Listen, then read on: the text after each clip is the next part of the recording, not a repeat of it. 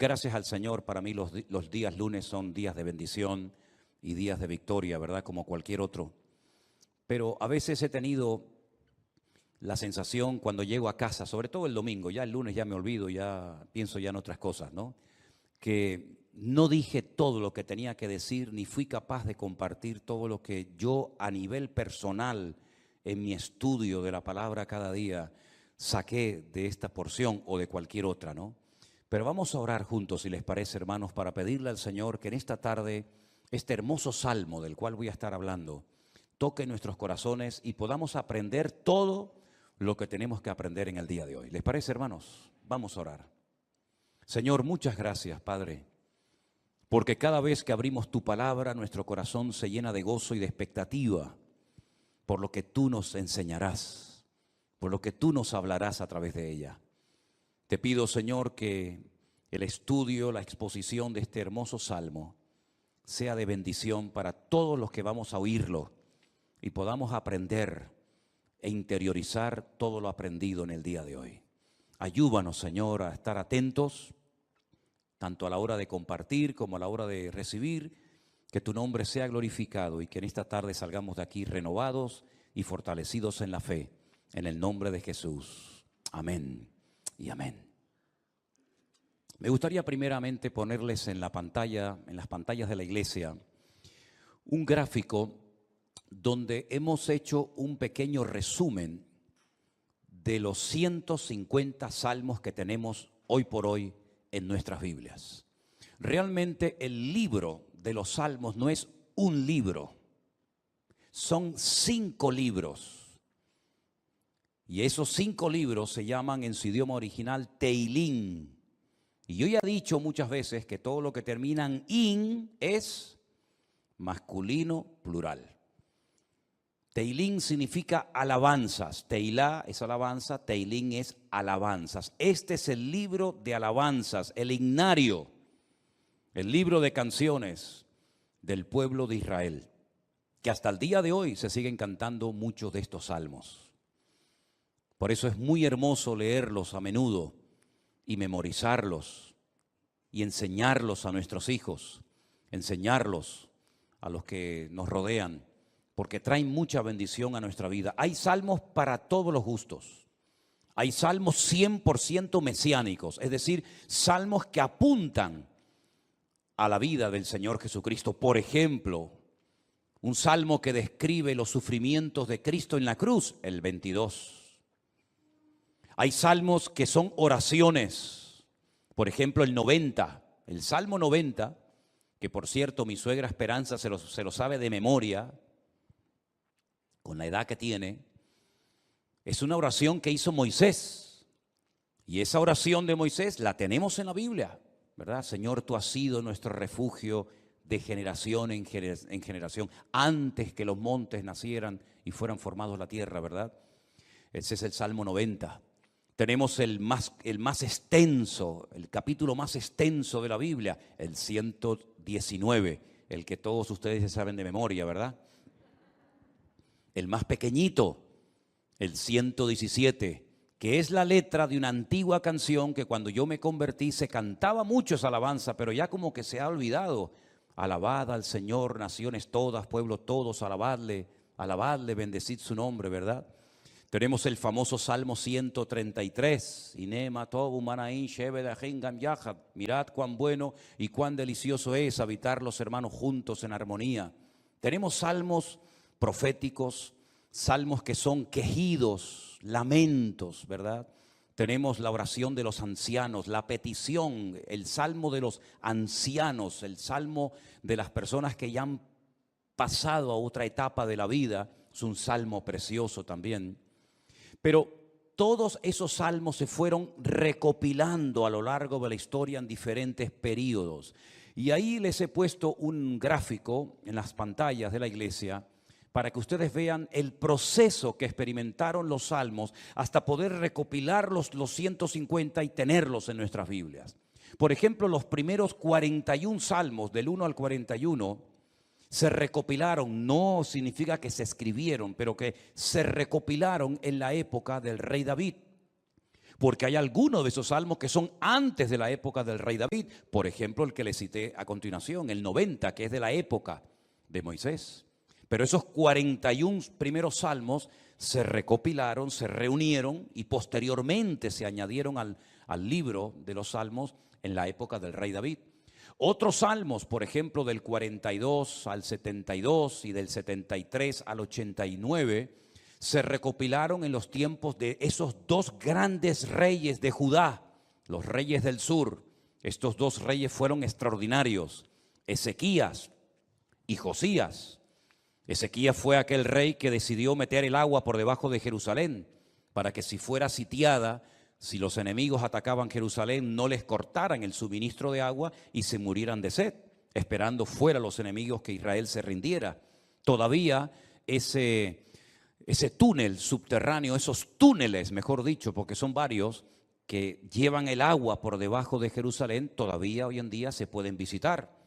Son los túneles que conectan la antigua ciudad de Jerusalén con el famoso estanque de Siloé. Y uno de ellos todavía recoge agua de lluvia y se puede pasar por él, incluso mojándose, el otro no. Y el rey Josías fue un rey muy utilizado, un hombre, un instrumento tremendo en las manos del Señor. Fue aquel rey que, cuando le dijeron hemos descubierto el libro de la Torá, el libro de la ley en el templo que estaba abandonado, hace una serie de reformas extraordinarias que hacía muchísimo tiempo que Israel las necesitaba. Luego tenemos, por ejemplo, del Salmo 90 al Salmo 106 y también del 107 al último, al 150, tenemos esos salmos que se recopilaron en el tiempo de Esdras, el sacerdote, y de Nehemías, aquel copero, ¿se acuerdan? Que vivían en el palacio del rey y que es el instrumento que Dios utiliza para la restauración física, la restauración de los muros y también del templo de Jerusalén. Y Esdras fue el instrumento para la restauración espiritual del pueblo. Porque una cosa es que tú seas restaurado en tu economía, en lo natural, sea economía, sea salud, sea familia, que está bien, Dios también está interesado en restaurar esas áreas de tu vida. Y otra cosa muy distinta es la restauración espiritual de una vida. Tú puedes ser restaurado, digamos, en tu economía, pero no significa de que hayas sido restaurado en lo espiritual. Y si quieren ver un ejemplo claro de lo que estoy diciendo, vayan, por ejemplo, al famoso libro de Ezequiel, en el capítulo 37, cuando el Señor le dice a Ezequiel, ven que te voy a enseñar algo, y lo lleva al cementerio más antiguo del mundo, que está al este de Jerusalén, en el Monte de los Olivos, cementerio que tiene más de 3000 años, que se puede visitar hoy en día, que se conoce, bueno, el nombre que le dan los judíos hoy en día es el Bet Hayim, que es la casa de los vivos, pero realmente era el valle de los huesos secos, porque es un valle lleno de huesos, un valle lleno de muertos. Y el Señor, estando él en Babilonia, le muestra ese valle, ese cementerio, y le dicen, ¿tú crees que estos huesos vivirán? ¿Tú crees que volverán a la vida estos huesos secos en gran manera, que en algunos casos hay años y años que están ahí enterrados? Y el profeta Ezequiel le dice al Señor, yo no sé, Señor, lo que va a pasar con estos huesos, con estos muertos. Y el Señor le dice, predícales, profetízales a los huesos. Y dice que mientras les predicaba, comenzaron a levantarse esos huesos y se formaron cuerpos humanos, seres humanos, con piel, con tendones, con miembros, con cuerpos. Pero dice que eran como muertos vivientes, les faltaba el espíritu. No se movían, estaban ahí quietos como zombies. Y el Señor les dice, les falta el espíritu, profetiza, habla para que el espíritu entre en ellos. Y al final del capítulo 37, el Señor le explica al profeta Ezequiel lo que significa esa visión y le dice, esta es la casa de Israel. Estos son los hijos de Israel, que van a experimentar un resurgir como pueblo, como nación, una restauración nacional, que en los tiempos de Ezequiel era impensable, pero que nosotros sabemos que se ha producido en el siglo XX, en mayo de 1948, los huesos secos, esparcidos por todas las naciones de la tierra, se levantaron en un solo día como pueblo, y ahí están, con su himno, con su bandera, con su tierra, con su capital, pero la restauración espiritual aún no se ha producido. Todavía falta la restauración más importante del pueblo de Israel y es la restauración espiritual que se va a producir cuando ellos reconozcan a Yeshua HaMashiach como el verdadero Mesías, Mesías que traspasaron, Mesías que rechazaron, pero que verán algún día que era el verdadero Mesías. En los Salmos encontramos mucha información acerca de la restauración nacional y espiritual del pueblo de Israel. Encontramos que dicha restauración se llevaría a cabo a través de la obra de Cristo, del Hijo de Dios humanado y encarnado, que habitaría entre los seres humanos como un ser humano más. En los Salmos también encontramos al principio mucha información acerca del tipo de salmo que vamos a leer. Por ejemplo, hay salmos que en la parte de arriba pone Mictán. ¿Lo habéis visto alguna vez? Mictán. Y uno dice, ¿y eso qué significa? Mictán es una enseñanza profunda. Un salmo que ponga arriba como título Mictán es una enseñanza a tener en cuenta. Es una sabiduría expuesta por escrito para que el que la lea, el que la reciba, el que la cante, sepa que está cantando verdades muy profundas que nacen del corazón de Dios. Hay salmos que, por ejemplo, pone Salmo de Segilot y significa que es un salmo que se tenía que tocar con instrumentos de cuerda, porque no todos los salmos se tocaban con instrumentos de cuerda, había otros que eran de percusión y otros de viento. Hay salmos que pone, por ejemplo, Shir LaMa'alot, salmo cántico de las subidas, que eran los salmos que cantaban los peregrinos cuando subían a Jerusalén 3 veces al año a celebrar la fiesta de la Pascua, la fiesta de los tabernáculos, que era la última, y en medio la fiesta de Pentecostés o la fiesta de Shavuot, las semanas. Y también algunos creen que había escalones en el templo de Jerusalén donde se ponía el coro y esos salmos de las subidas desde allí los cantaban. Pero en este salmo, si ustedes lo pudieran ver en hebreo, al principio pone mitzmor, y la palabra mitzmor significa que es un salmo que hay que cantarlo. Nosotros como cristianos no tenemos esa costumbre, lamentablemente, porque el salmo nos indica que este salmo habría que cantarlo desde el versículo 1 hasta el último versículo, hasta el versículo 5. Nosotros lo hemos leído, pero realmente es un salmo que, según las instrucciones que Dios nos da, tendríamos que haberlo cantado.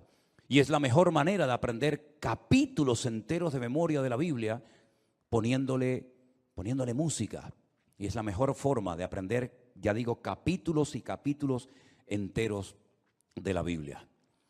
Ahora, el Salmo 127, que es el que se leía en esta tarde, si ustedes buscan su Biblia, empieza diciendo que si el Señor, el Eterno, Jehová, como dice la versión Reina Valera, no edifica la casa, en vano trabajan los que la edifican.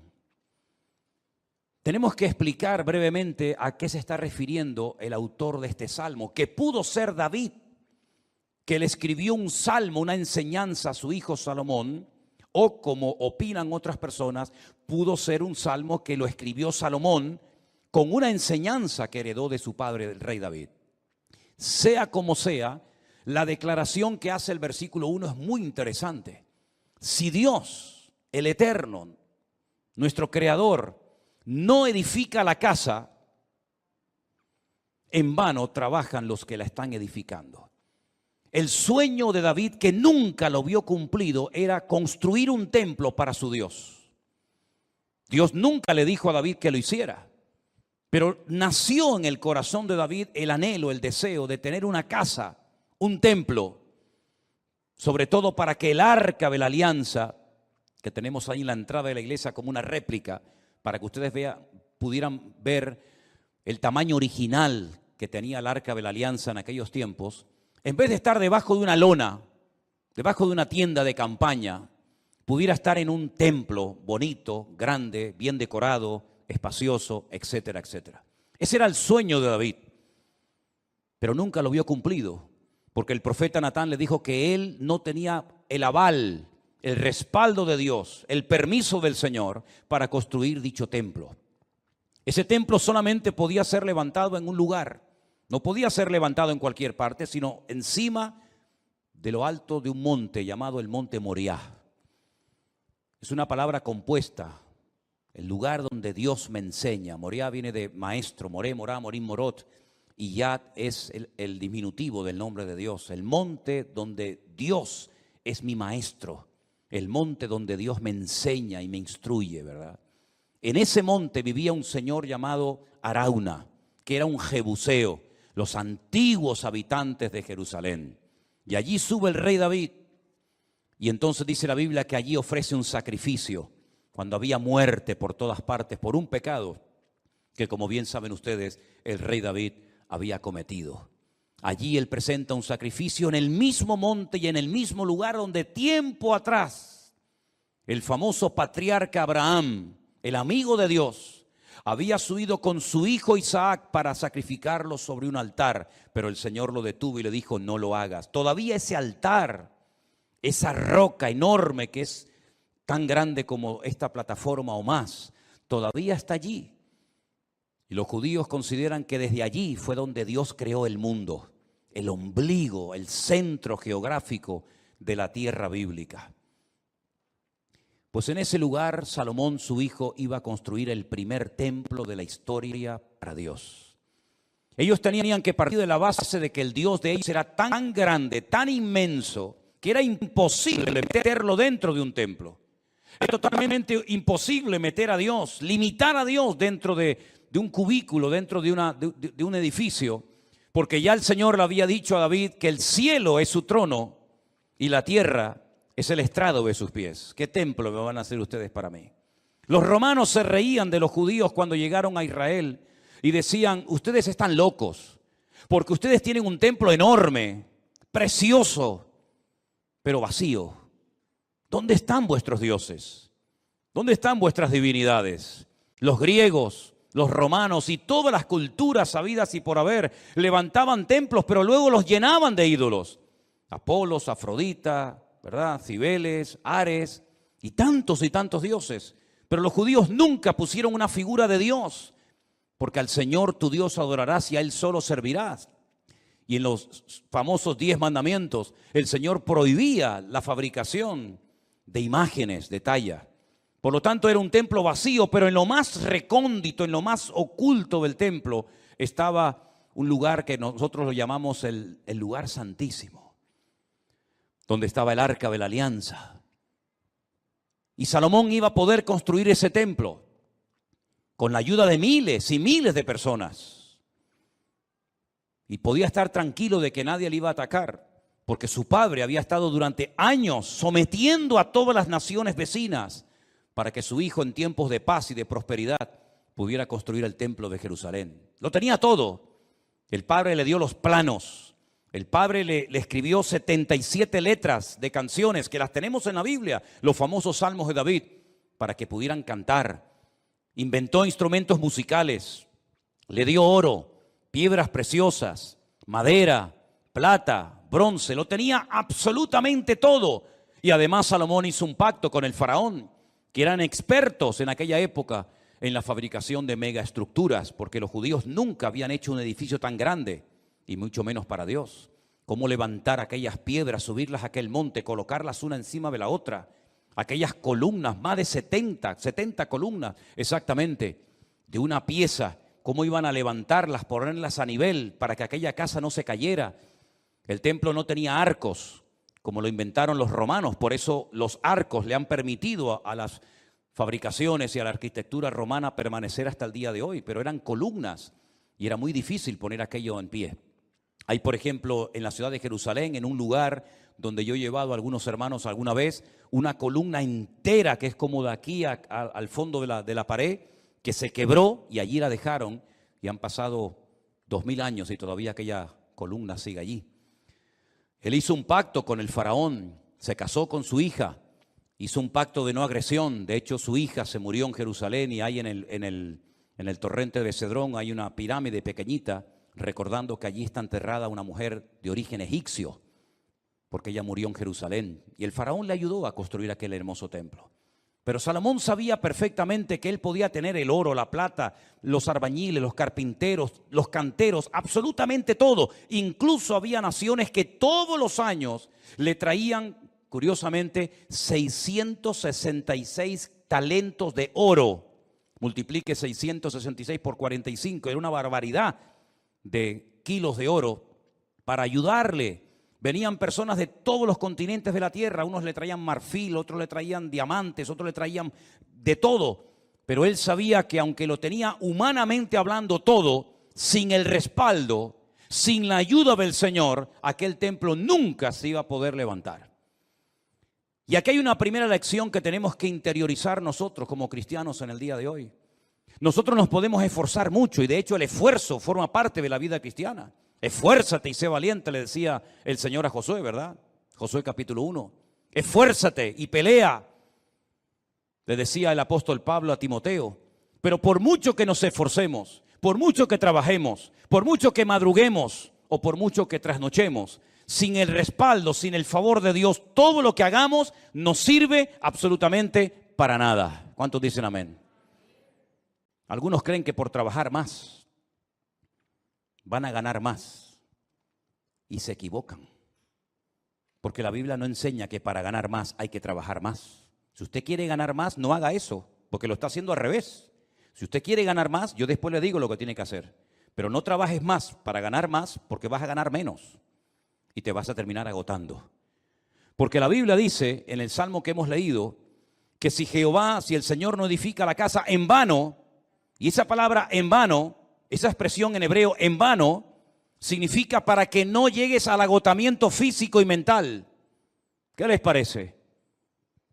Para que no llegues a un momento que digas, ya no aguanto más, estoy reventado, estoy cansado. Llego el fin de semana, quiero descansar y el lunes voy igual de cansado, peor. Y vas acumulando cansancio y durante la noche no duermes. Cuando dice el Salmo 27 que una de las bendiciones de Dios es poder dormir tranquilamente por la noche. Dice que a sus amados el Señor les dará el sueño. Y hay muchas personas que darían cualquier cosa con tal de poder dormir en paz, como nosotros, los hijos de Dios, que hemos aprendido a depender y a descansar en el Señor, podemos dormir en paz. ¿Cuántos dicen amén? No sé por qué nos han hecho últimamente a Elena y a mí una pregunta, me la hacen de vez en cuando, por internet, por WhatsApp, por correos, incluso hasta en persona. ¿Ustedes están durmiendo bien? Y preguntamos, ¿y por qué nos hacen esa pregunta? Si no, pues con todo lo que tienen, todo el jaleo de atender gente de aquí y llamar, ¿ustedes duermen bien? Y la respuesta de Elena siempre es la misma, dormimos perfectamente. Porque nosotros hemos aprendido a descansar y a depender únicamente del Señor. No entramos en estrés, ni en nervios, ni en agobio.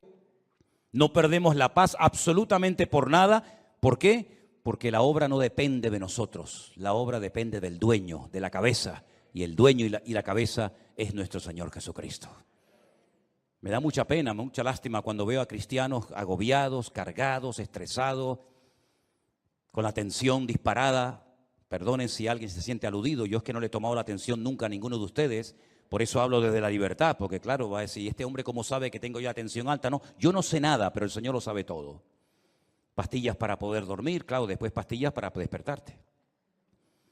Agobiado, estresado, que no llego a fin de mes, que no pago el colegio de los niños, que los libros, que esto, que lo otro.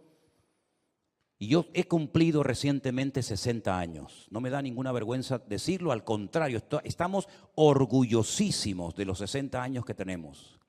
Y de esos 60 años, que parecen mucho, pero a la hora de la verdad no son tantos, de esos 60 años, 40 los he dedicado a servir única y exclusivamente al Señor. Es decir, no me he dedicado en otra cosa los últimos 40 años de mi vida más que a servir al Señor.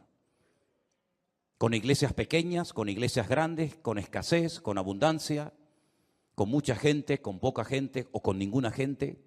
Y en estos últimos 40 años, si algo hemos aprendido, sobre todo en este último año, es que Dios es galardonador de los que le buscan. Y cuando más difícil estaba todo, y cuando humanamente hablando era imposible que esto siguiera adelante, el Señor sin manos nos dio una cachetada de amor mostrándonos y enseñándonos que Él es el que edifica su casa y su obra, y no nosotros. A mí me llama mucho la atención que este verbo edificar es exactamente el mismo que emplea el Señor Jesucristo cuando hace referencia a lo que Él iba a hacer. Edificaré mi iglesia. Su padre en Génesis capítulo 1 nunca empleó el verbo baná o boné, que es construir, sino el verbo bará, que se parece, pero no tiene nada que ver una cosa con otra. Bará es un verbo que solamente aparece en la obra creadora de Dios. Cuando dice la Biblia que en el principio creó, ese verbo creó es bará y significa crear de la nada. Este púlpito está hecho de un material llamado metacrilato. Lo mandamos a hacer hace 20 años. El que lo hizo, porque este no se ha perdido ningún culto desde que estamos aquí, Este ha estado todos los cultos, todas las reuniones de jóvenes, todos los cultos de jueves, todos los cultos de domingo. Este que está aquí, o esto que está aquí, ha estado siempre aquí. Pero el que lo hizo, no lo creó, lo hizo utilizando una materia prima, metacrilato. Y el púlpito que tenemos en la iglesia del Puerto de la Cruz es de madera. Y alguien lo hizo, no lo creó, utilizando la materia prima de la madera. Pero el verbo bará en Génesis capítulo 1 es crear de la nada. ¿Y cómo Dios creó sin utilizar materia prima? Sin utilizar tierra, sin utilizar piedra, sin utilizar madera, con el poder de su palabra. Dijo Dios, sea la luz, y fue la luz. Y dijo Dios, y todo lo que Dios decía se materializaba por el poder de su palabra. Pero curiosamente el Hijo, cuando viene a este mundo hace 2000 años, Él no dijo, crearé mi iglesia de la nada. No dijo eso, sino dijo, edificaré. Y si juntamos, y tenéis memoria para recordar esto, el Salmo 127 dice Salomón, si Dios no edifica esta casa, en vano estamos trabajando nosotros aquí. Estamos perdiendo el tiempo, nos estamos desgastando, vamos a llegar a la extenuación, al agotamiento, si Dios no respalda esta obra. Porque Él sabía que esa obra no dependía de sus obreros, de su sabiduría, que era mucha y la tenía, de su dinero, que era mucho y lo tenía. Él sabía que aquella casa no era una casa particular, no era una sinagoga, no era un colegio, era la casa de Dios. Y la casa de Dios solamente se podía utilizar esa palabra, esa expresión para hacer referencia al templo. Yo sé que hay gente que dice, hermanos, bienvenidos a la casa de Dios. Está mal dicho eso. Porque esto no es la casa de Dios.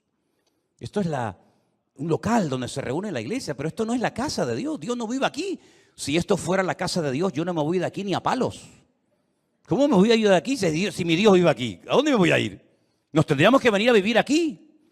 Pero esta no es la casa de Dios. Pero en aquellos tiempos, cuando Salomón dice, si Jehová no edificare la casa, ¿a qué casa se refería? A la casa de Dios.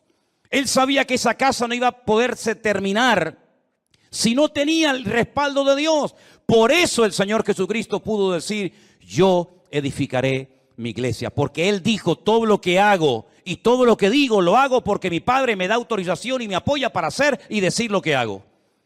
Por eso la iglesia ha permanecido en estos últimos 2000 años con persecuciones, con todo tipo de regímenes políticos, con falsas doctrinas, con divisiones, etcétera, etcétera. ¿Por qué? Porque el que la está fabricando no es el hombre, el que la está construyendo es el Señor Jesucristo. Y nosotros somos piedras vivas en ese edificio, pero la piedra angular, la que soporta todo el peso, es nuestro Señor Jesucristo. La piedra que desecharon los edificadores ha venido a ser la cabeza del ángulo. Bendito sea Dios. Piná, Rosh Piná. Eso es, Rosh Piná. Hay un pueblo en Israel muy bonito que se llama Rosh Piná, que significa la cabeza del ángulo. Pero este salmo, ¿sabes? Te da una calma, te da una paz impresionante, porque no tienes que estar dependiendo de tu esfuerzo personal, sino del respaldo de Dios.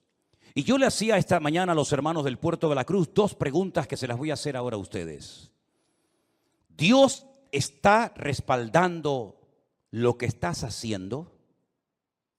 Piensa bien, Todos no vamos a ser pastores, todos no van a ser predicadores, evidentemente. Pero todos y cada uno de ustedes, de nosotros, nos dedicaremos en la vida a algo. Pero mi pregunta es, ¿a eso a lo que hoy por hoy te estás dedicando, tú notas en tu vida el favor de Dios, el respaldo de Dios?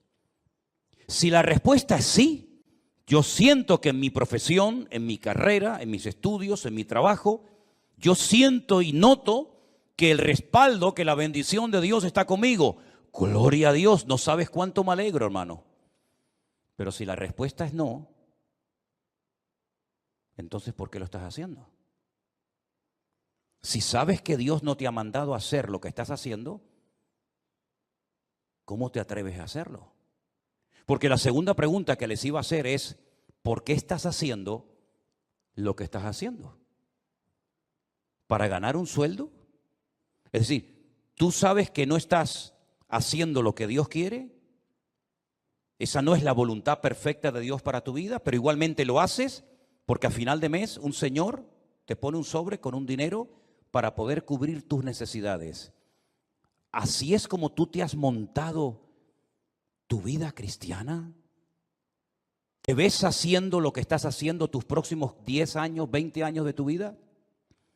¿Ese es el futuro de tu vida? ¿Dedicarte a lo que estás haciendo? Si es la voluntad de Dios, gloria a Dios, siga adelante. Pero como la vida es tan corta y cuando te des cuenta pasó, ¿cómo hay creyentes que se han dedicado toda la vida a hacer lo que saben que no era la voluntad de Dios perfecta para ellos, pero al fin y al cabo lo hacían para al final de mes recibir un sobrecito con un hueso que te daba un señor que le sobraba de todo, que a veces no te pagaba lo que tú merecías por haber trabajado tanto, pero dependías de él hasta para poder poner un poco de gasolina a tu coche o comprar una compra, hacer una compra en un supermercado.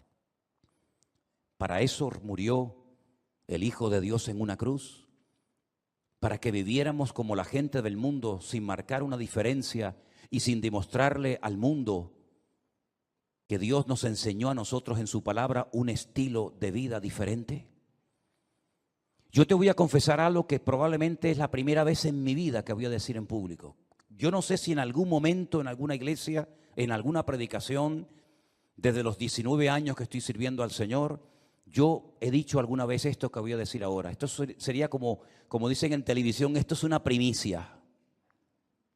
¿Tú sabes cuál era la preocupación, la gran pregunta que yo tenía en el tercer año de escuela bíblica, de seminario, cuando yo estaba a punto de salir? ¿Sabes cuál era mi pregunta? ¿De qué voy a vivir? Porque yo no quería volver a la casa de mis padres. Porque yo le había dicho a mi padre que el Señor me había llamado. Y cuando él me preguntaba, ¿de qué vas a vivir? No había iglesias por ninguna parte. Hoy en día hay iglesias por todas partes. Pero en aquellos años, hace 40 años, no había iglesias prácticamente por ninguna parte. Eran contadas con los dedos de una mano las iglesias que, por ejemplo, había en Tenerife. Muchas de las iglesias que ustedes conocen o han visitado, o a lo mejor han estado, no existían. Las iglesias eran de 10, 15 personas, había muy poca gente, un culto de jóvenes con 5, 6 jóvenes, era un avivamiento. No había prácticamente nada y la pregunta que yo tenía en aquellos años era, ¿de qué voy a vivir?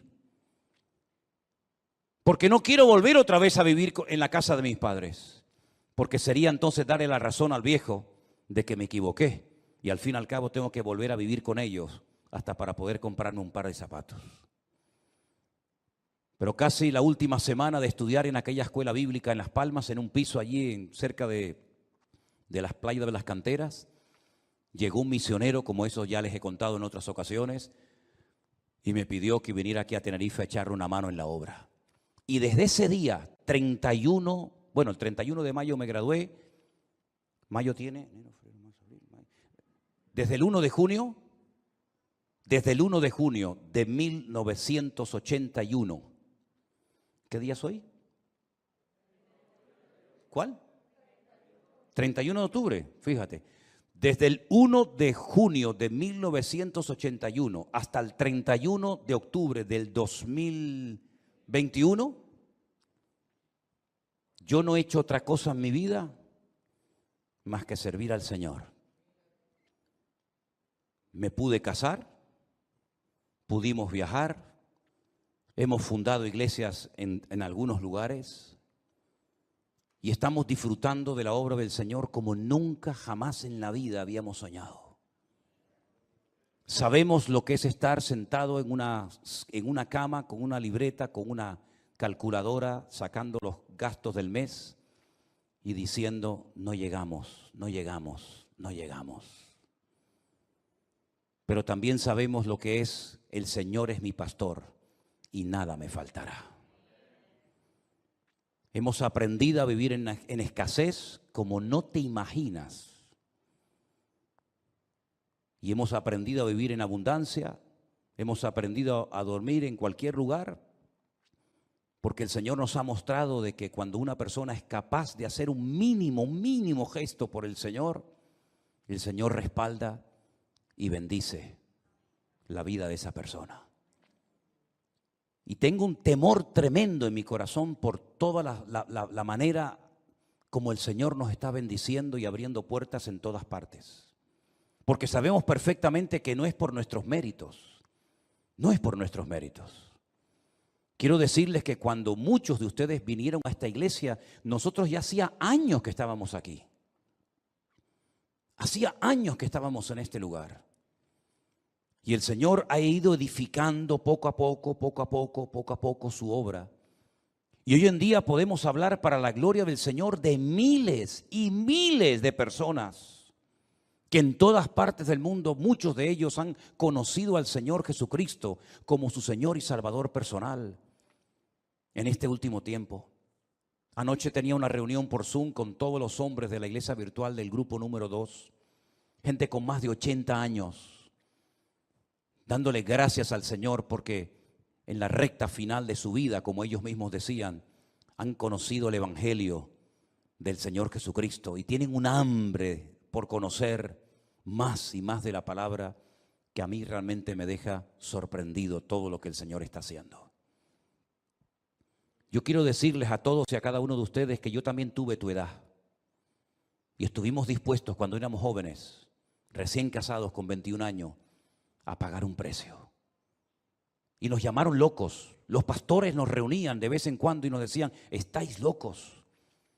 ¿Cómo sois capaces de ir con una niña pequeña como era Priscila en aquellos años a un país tan lejos, sin conocer prácticamente a nadie, a vivir por fe? Pero cuando el Señor edifica su obra y cuando el Señor respalda su obra, no hay impedimento que pueda frenar la vida de un hijo y de una hija de Dios. Y yo quiero desafiarte a que tú pierdas el miedo, porque si de algo a mí me ha servido el Salmo 127 es a perder el miedo.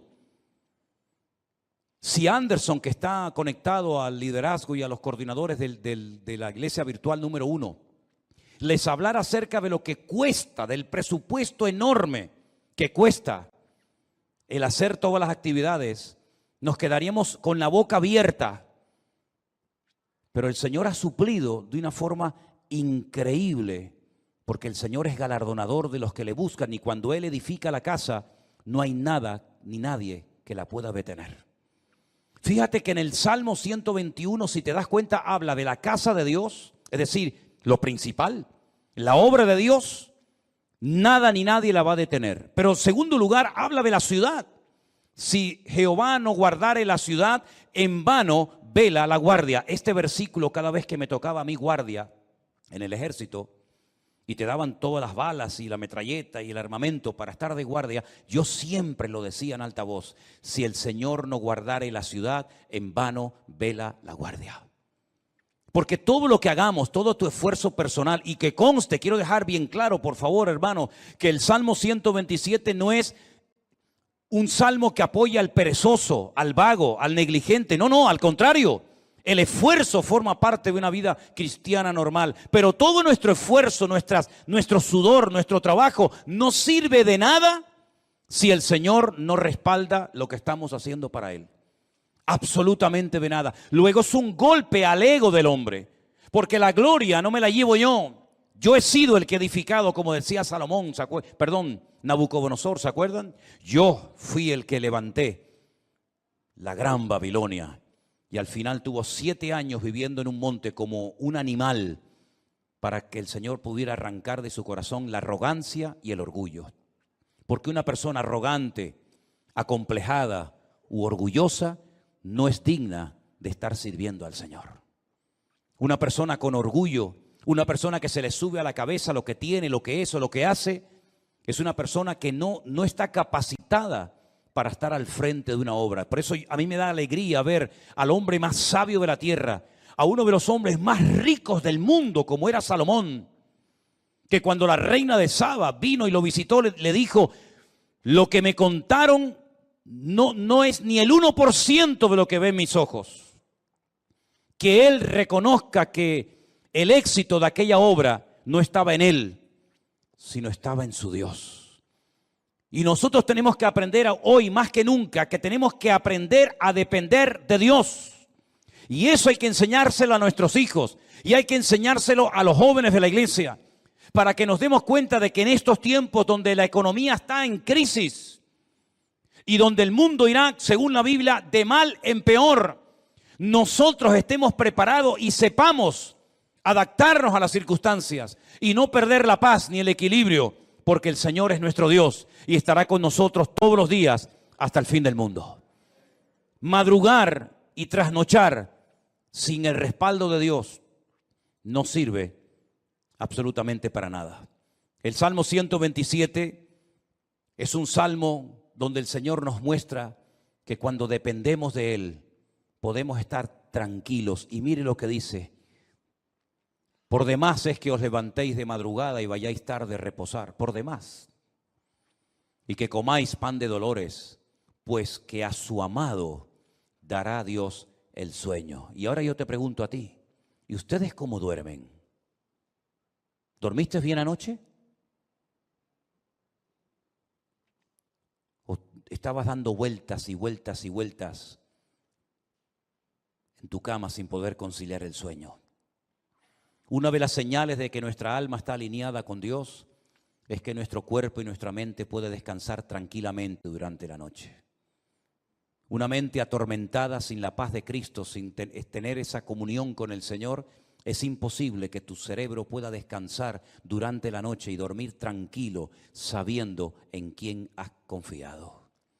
Fíjate lo inútil que es rodearse de cosas o de personas para que te protejan y para que te ayuden cuando no está el Señor controlando tu vida, tu economía, tu matrimonio, tu ministerio, tu iglesia, etcétera, etcétera. Por mucha gente que te rodee, por muchos amigos que tengas, por mucha economía que tengas, no sirve absolutamente de nada. Y te voy a poner un ejemplo tremendamente gráfico para que veas lo inútil que es rodearse de personas creyendo y confiando en ellos en vez de confiar y descansar en las promesas del Señor.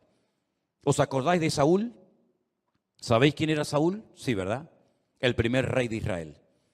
Estaba obsesionado con matar al rey David o con el joven David. El rey en aquella época dormía en el centro del campamento. Se hacían círculos concéntricos de soldados alrededor del rey, de tal manera que si saltabas uno de esos círculos de protección, automáticamente en el segundo caías. Es como en las cárceles. ¿Veis que hay como un muro alambrado que si logras saltarlo, te encuentras a continuación otro y te quedas entre muro y muro, ¿verdad? En muchos bancos en la península, aquí en Canarias no se ve, pero en muchos bancos en la península tocas un timbre, te abren una puerta, entras, se cierra detrás de ti y la otra no se abre hasta que se cierre la anterior, para que así te quedes entre una y otra. El rey Saúl dormía rodeado de centenares de soldados y de su guardia personal en el centro del campamento. David una noche bajó de las montañas y atravesó el primer círculo, el segundo, el tercero y hasta el mismo lugar donde estaba el rey Saúl dormido. Cogió la lanza del rey Saúl, subió a lo alto de una montaña y cuando estaba lejos comenzó a gritar: ¡Abner! ¡Abner! ¿Qué haces? ¿Qué forma de proteger al rey es esa? Mira lo que tengo en la mano. He llegado hasta la misma presencia del rey Saúl, al que supuestamente tú tienes que estar cuidando. Te has quedado dormido. No has cumplido con tu deber.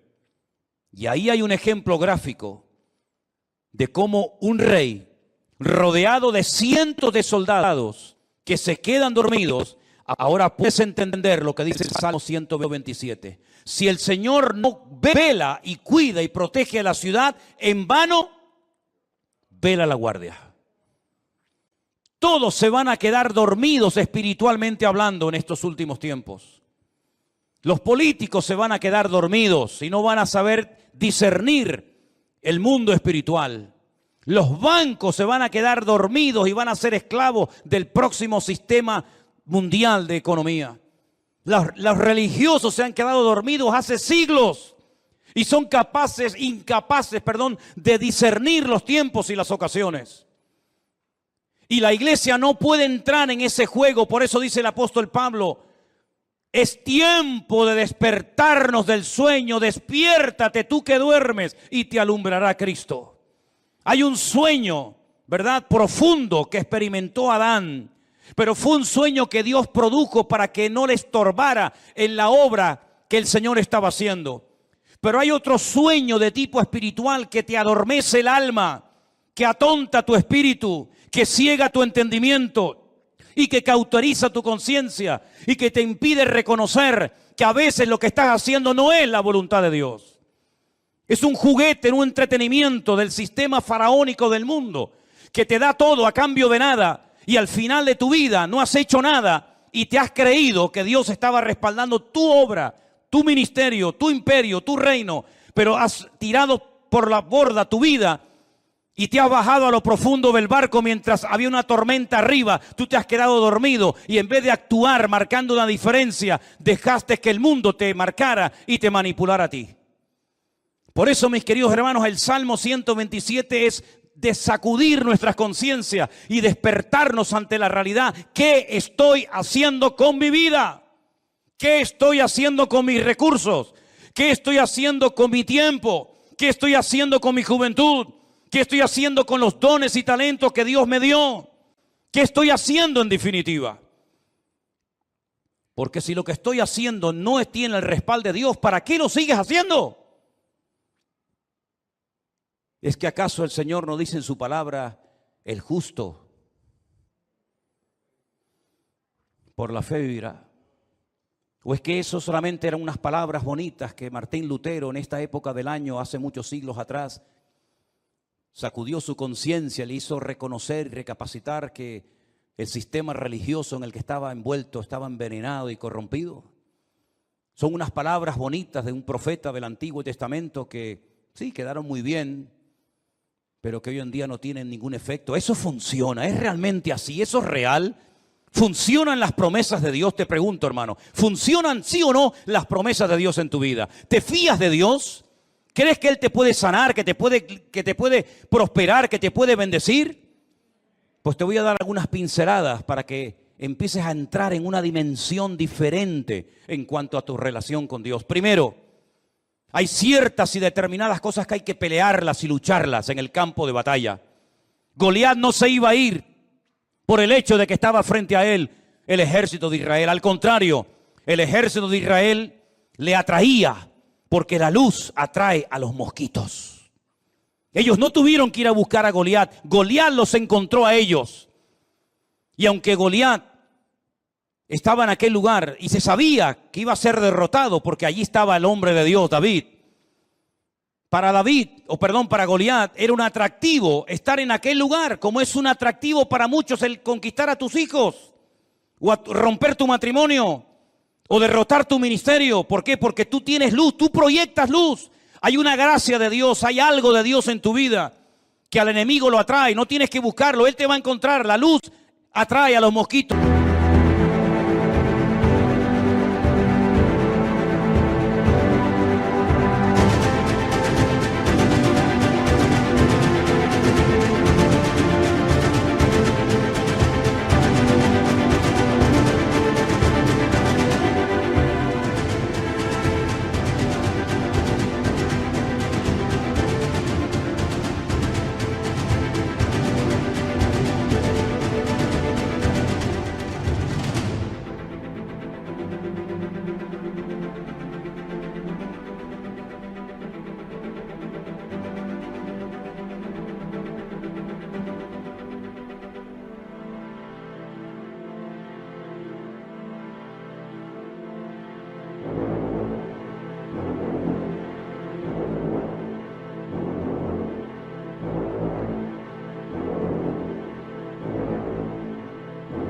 Si no, vete al campo y enciende una luz para que veas cómo enseguida vienen los bichos.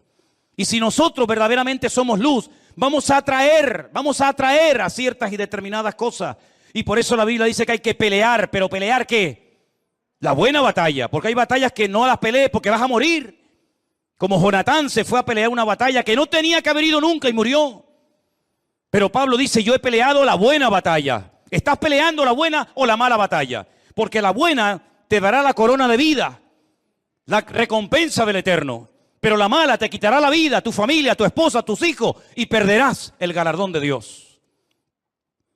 Hay bendiciones que vienen por pelearlas. La tierra está delante de vosotros, pero ahí están los filisteos, los amorreos, los cananeos, los jebuseos, los amonitas, los moabitas.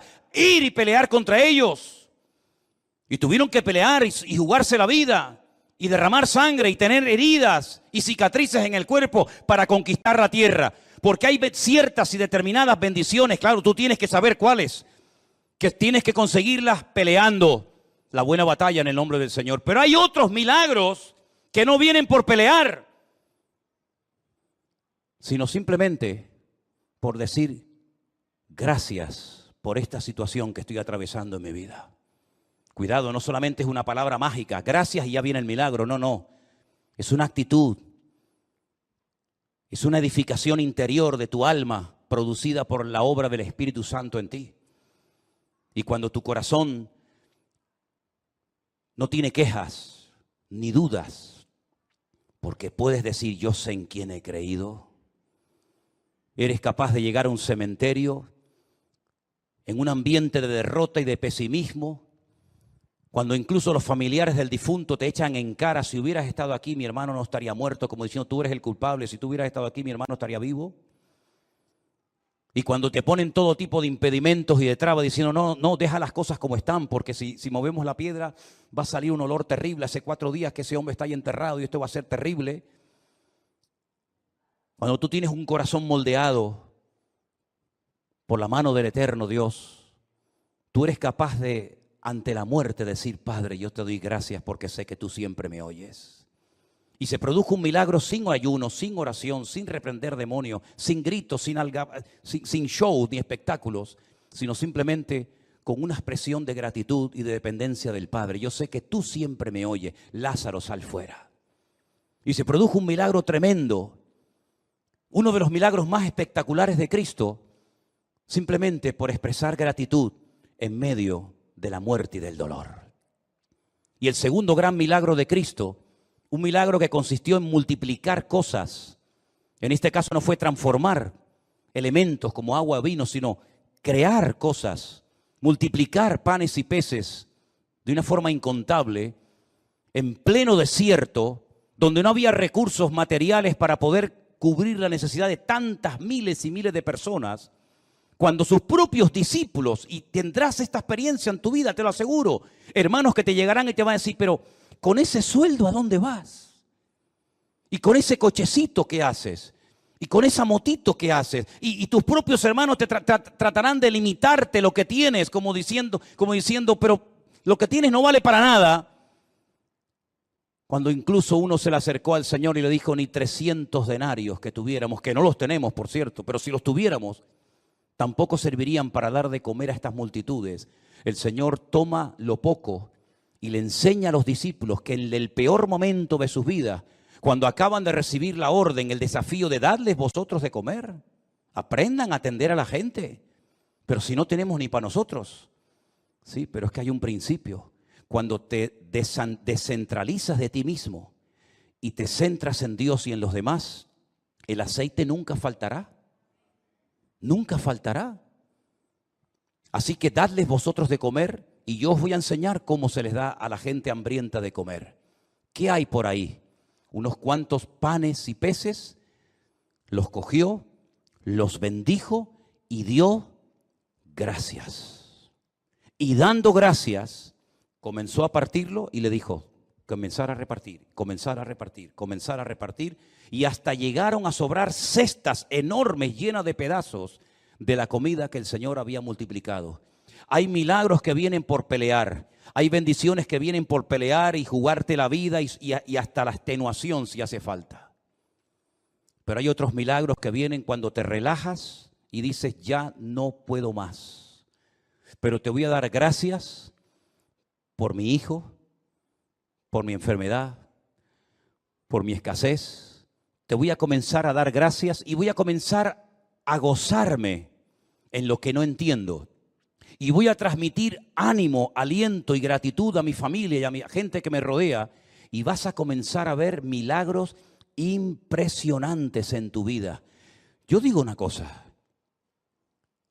¿Qué tienes que perder? Imagínate que te funciona.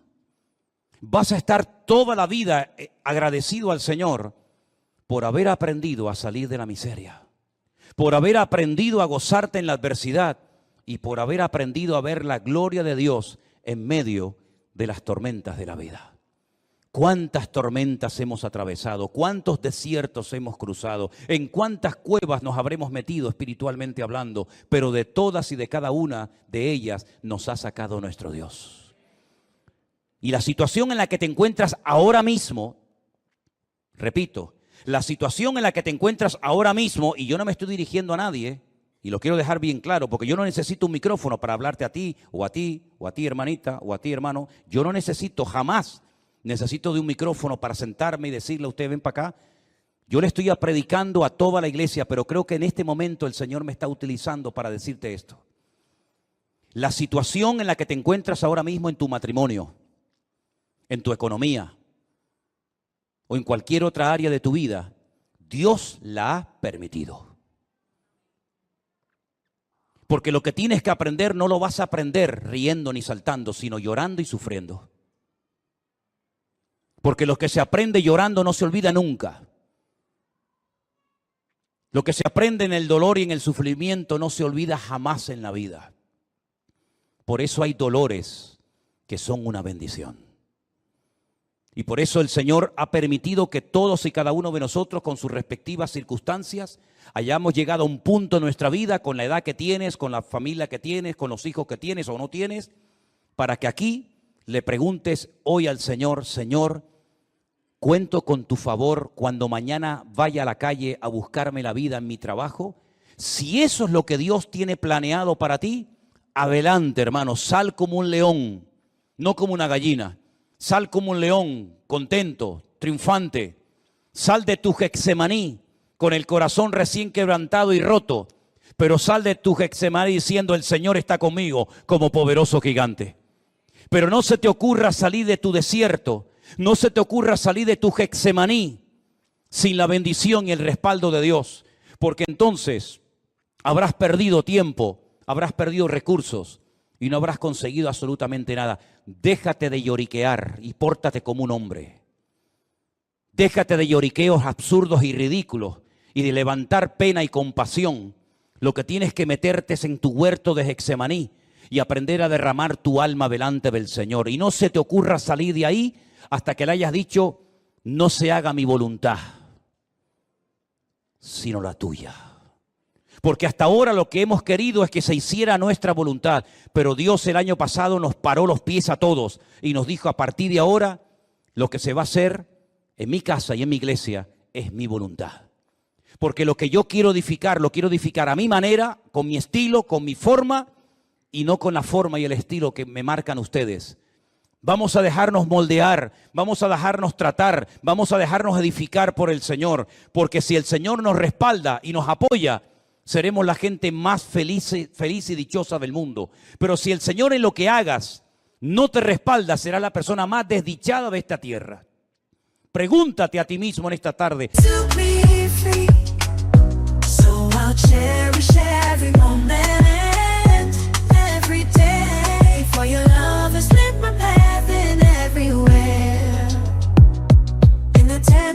Of your hand, I find the strength to rise and stand through every trial, every tear we've shed. Your love's been the shelter where I find my bed. For your love's been my anchor in life's stormy seas, a beacon of hope guiding me to be free. So I'll cherish every moment, every day. For your love has lit my path.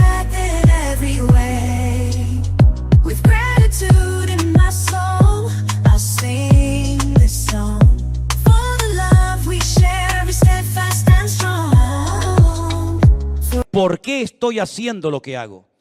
¿Por qué digo lo que digo? ¿Por qué predico lo que predico? ¿Por qué hago lo que estoy haciendo? ¿No será que a veces hemos entrado en un sistema, en una rutina, en una mecánica y no nos paramos en silencio delante del Señor a preguntarle, Señor, ¿qué quieres hacer con mi vida? Si tú te atreves a hacerle esta pregunta sinceramente al Señor, te puedes llevar muchas sorpresas agradables. Pero tienes que ser valiente, porque este mensaje no va dirigido a cobardes. Los cobardes, este mensaje les da miedo. Los cobardes se enfadan, porque el enfado es la careta del cobarde. El enfado es el disfraz que utiliza la persona que en lo más profundo de su corazón tiene una inseguridad tremenda y no aprende a depender del Señor. Pero nosotros hoy estamos a cara descubierta ante la presencia de nuestro Dios y Él quiere hacer un milagro y un cambio en tu vida, pero deja que el Señor haga lo que quiera con tu vida. ¿Cuántos dicen amén? Cierra tus ojos ahí donde estás, mi querido hermano y hermana. Y recuerda estas palabras, apréndetelas de memoria. Si el Señor no edifica mi casa, en vano es todo lo que hago.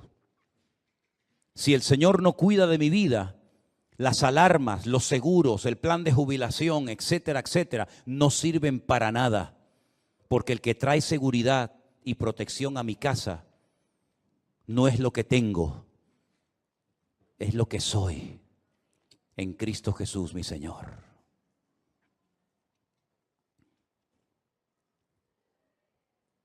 En esta tarde, Señor, hemos escuchado tu palabra atentamente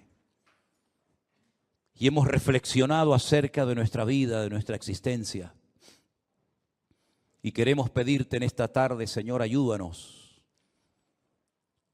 a depender 100% de ti, Señor. No confiamos ni creemos en nuestra experiencia, ni en nuestra fe, ni en nada, sino solamente en ti. Y por eso yo te ruego, Señor, que en esta tarde este salmo sea una base, un fundamento sobre la cual comencemos a trabajar y a edificar nuestra vida de hoy en adelante. Señor, edifica tu iglesia como tú quieras. Guarda tu iglesia como tú solamente lo sabes hacer. Y cuida de la vida de nuestros hijos, porque son las flechas, son las saetas que tú nos has dado para demostrarle al mundo que nuestra fe no muere con nosotros, sino que se la hemos traspasado también a nuestros hijos, a nuestra descendencia, para que tu nombre sea conocido en todas las naciones de la tierra. Guárdanos, Señor, en esta semana. Úsanos